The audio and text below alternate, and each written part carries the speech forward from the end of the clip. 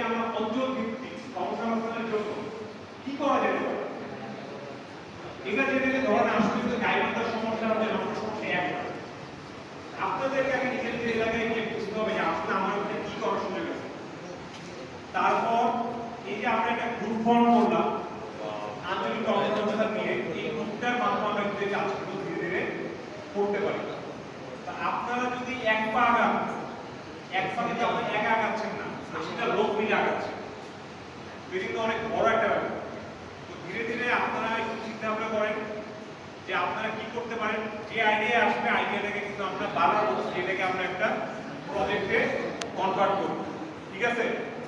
আরেকটা ব্যাপার যে আমার একটা স্বপ্ন আছে যে ধরেন আমি এতদিন থাকলে আপনাদের এটা কেন আসছি, আমি তো আজকে এটা ধরেন ঢাকার কোনো একটা মানে ইউনিভার্সিটি করে আমি চলে যেতে পারতাম, ঠিক আছে? আমার যেটা মনে হয়েছে যে ভালো জিনিস সবাই দূর থেকে শুরু হওয়া উচিত। দূর থেকে কাজ করা এটা কঠিন, কাছে থেকে কেন্দ্র থেকে কাজ করা কিন্তু অনেক সহজ।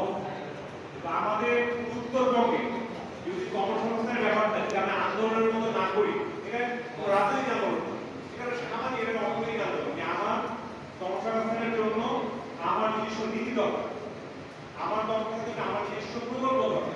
এগুলো সব বড় বড় প্রকল্প এমন না। রাষ্ট্র আপনার একটা স্কিল বাড়ায়, সে আপনাকে প্রশিক্ষণ দিই, সেটা থেকে আপনি নিজেই গাইড আপনাদের ভালো কিছু করতে পারেন। আপনি যতটুকুই চান এই বিষয়ে চাই, তাই কি না? তো সেই জায়গাটাতে আমি চাই যে আপনারা আমার সাথে থাকেন, আমাদের সাথে থাকেন, এই গ্রুপটা একটা শক্তিতে গ্রুপ। তারপরে এটা নিয়ে আপনারা আমাদের আইডিয়া দিলে আমাদের বলুন, আমরা একটা কমিটি করে দিই এক কাজের জন্য, এবং এমন যে আপনার কাজ হবে আপনি নিশ্চিত থাকেন এটা আপনার দেশে একটা আলোড়ন তৈরি করবে। সেই কাজে অপেক্ষা থাকবে। Thank you. আলিমুল অনেক কথা বলছিলেন, ঠিক আছে? আমরা এই যে